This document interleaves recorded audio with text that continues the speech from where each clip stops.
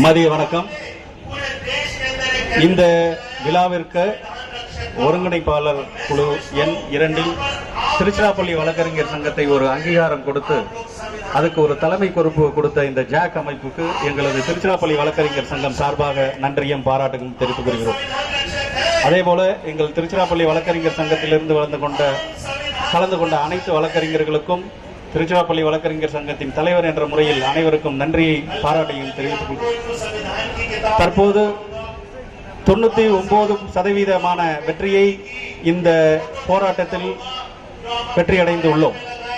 இந்த 1%, இந்த மீதமுள்ள 1%ஐ வைத்துக் கொண்டுதான் இந்த 3 சட்டங்களையும் போராட்டத்தை எவ்வாறு கொண்டு செல்ல வேண்டும் என்ற கட்டாய நிலைமையில் நிர்பந்தம் அந்த காலகட்டத்தில் இருக்கிறோம்.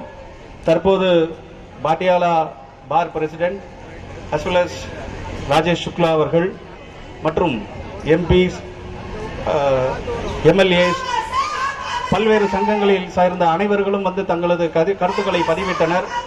அவ்வாறு இந்த பாட்டியாலா பிரசிடென்ட் இப்போது அனைத்து வழக்கறிஞர் சங்கத்தையும் அழைத்து ஒரு போராட்டம், ஒரு கூட்டத்தையும் நடத்துவார் என்று கூறியுள்ளார். அந்த கூட்டத்திற்கும் திருச்சிராப்பள்ளி வழக்கறிஞர் சங்கம் சார்பாக தற்போது வந்த போலவே அதே அளவு கூட்டத்துடன் நாங்கள் கலந்து கொள்வோம் என்பதை நாங்கள் உறுதியளிக்கிறோம். We are giving fraternal greetings to Batiala President to conduct that meeting. On behalf of our Tiruchirappalli Bar Association, we are saying that we will come and participate with 2 bogie rail strength to your meeting going to held by your Batiala President. That assurance we are giving on behalf of Tiruchirappalli Association.